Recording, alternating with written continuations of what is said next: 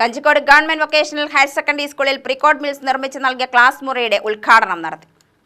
പ്രീകോട്ട് mill CSR ഫണ്ടിൽ 15 ലക്ഷത്തോളം രൂപ മുടക്കി Kanjikode government vocational higher secondary സ്കൂളിൽ നിർമ്മിച്ച കെട്ടിടത്തിന്റെ ഉദ്ഘാടനം പ്രഭാകരൻ MLA നിർവഹിച്ചു.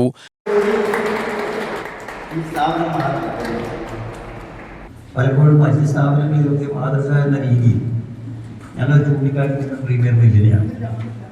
നമ്മൾ ആവശ്യപ്പെടാതെ തന്നെ തൊഴിലാളികൾക്ക് ആനുകൂല്യങ്ങൾ നൽകുന്ന ഈ പ്രദേശത്തിന് തന്നെ ഒരു മാതൃകാപരമായ പ്രവർത്തനത്തിന് നേതൃത്വം കൊടുത്തൊരു മില്ലാണ് പഴയ പ്രീമിയർ മില്ലും ഇപ്പോൾ പ്രീകോട്ട് മില്ലും. ഏറെ പ്രതിസന്ധികൾ ടെക്സ്റ്റൈൽ വ്യവസായം ഇന്ത്യ രാജ്യത്ത് അഭിമുഖീകരിക്കുന്ന കാര്യത്തിൽ തർക്കമില്ല. സ്വാതന്ത്ര്യത്തിന് മുമ്പ് തന്നെ ടെക്സ്റ്റൈൽ വ്യവസായം ഇന്ത്യ രാജ്യത്ത് കൂടുതൽ ശക്തിപ്പെടുന്ന ഒരു സ്ഥിതി ഉണ്ടായി.